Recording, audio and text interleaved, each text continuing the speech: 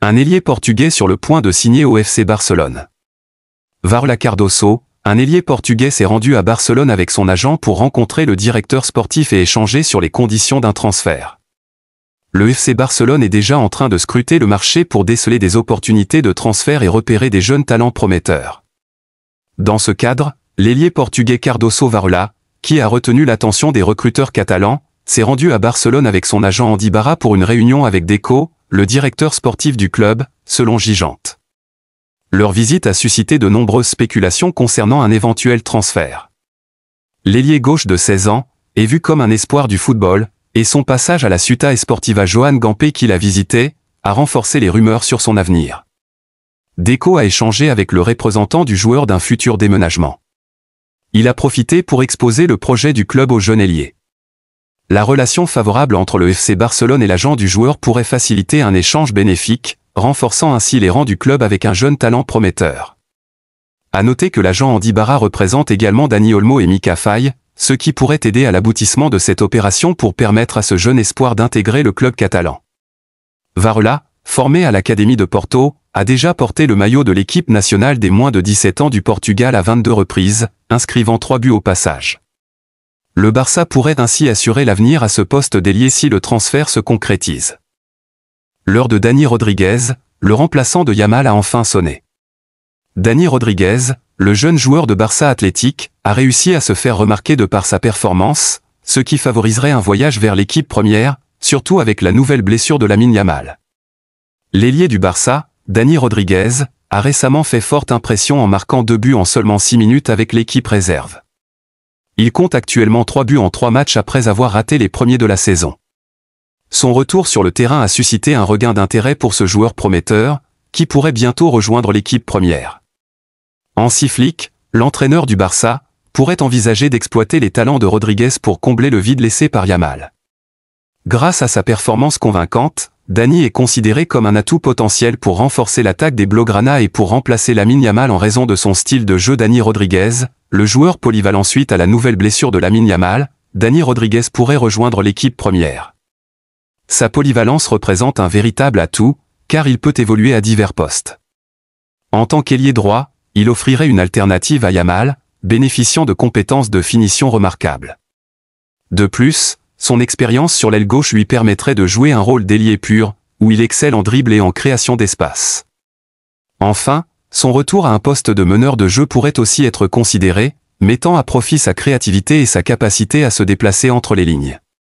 Peu importe le poste, la polyvalence et le talent de Rodriguez en font un candidat sérieux pour épauler l'attaque du FC Barcelone et contribuer à son succès futur. Le moment semble propice pour lui. La situation de Eric Garcia se complique. Eric Garcia, le défenseur du FC Barcelone, traverse une période délicate depuis son retour de blessure, ce qui pourrait entraîner son départ. N'ayant joué que 8 minutes depuis son rétablissement jusqu'à la rencontre contre le Ghana où il a enfin débuté et obtenu 74 minutes de jeu, Eric Garcia est désormais sur la sellette, avec des rumeurs d'un transfert imminent lors de la prochaine fenêtre de recrutement. Le joueur a perdu sa place dans l'équipe, surtout avec la montée en puissance de ses coéquipiers, et son avenir au club semble menacé. Ainsi, le défenseur du FC Barcelone se trouve à un tournant décisif de sa carrière.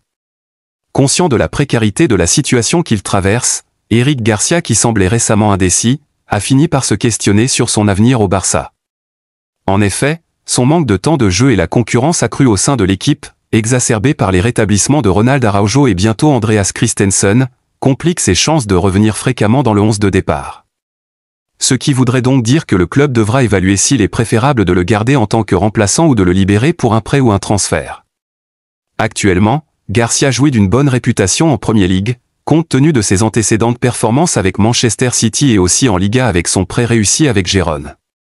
Ainsi, cette période de réflexion pourrait bien parvenir à redéfinir sa carrière et un départ est sérieusement envisagé par le joueur. Lamine Yamal révèle le nom étonnant de son adversaire le plus coriace depuis ses débuts. Interrogé en marge du gala du Golden Boy ce lundi, Lamine Yamal a dévoilé le nom du rival le plus difficile à jouer depuis le début de sa carrière professionnelle. Révélation de la saison 2023 à 2024 est déjà indiscutable avec le Barça comme avec l'Espagne, Lamine Yamal n'en finit plus d'impressionner. Fraîchement élu Golden Boy par Tuttosport, L'ailier de 17 ans a répondu aux questions du journal italien ce lundi en marge de la soirée où il a été honoré. Habitué à martyriser les défenses avec une facilité déconcertante, le crack Yamal a toutefois reconnu qu'un joueur lui avait posé des problèmes quand il a eu à l'affronter. Et si le jeune talent a déjà affronté des grands noms du calibre de Théo Hernandez, Ferland Mendy ou encore Luke Shaw et Alphonso Davies, il a plutôt galéré face à un étonnant rival. Ou du moins, à l'écouter, il a eu du mal contre lui.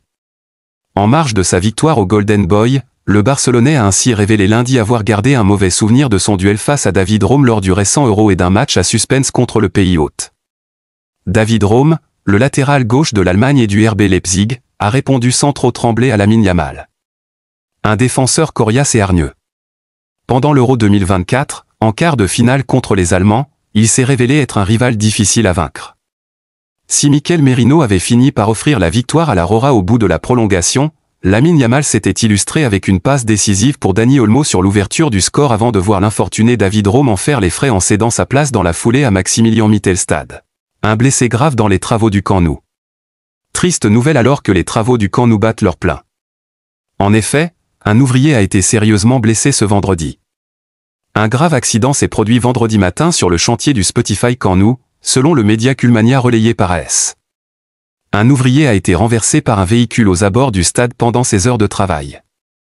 Rapidement pris en charge, il a été transporté en ambulance dans un état grave. Toutefois, sa vie n'est pas en danger.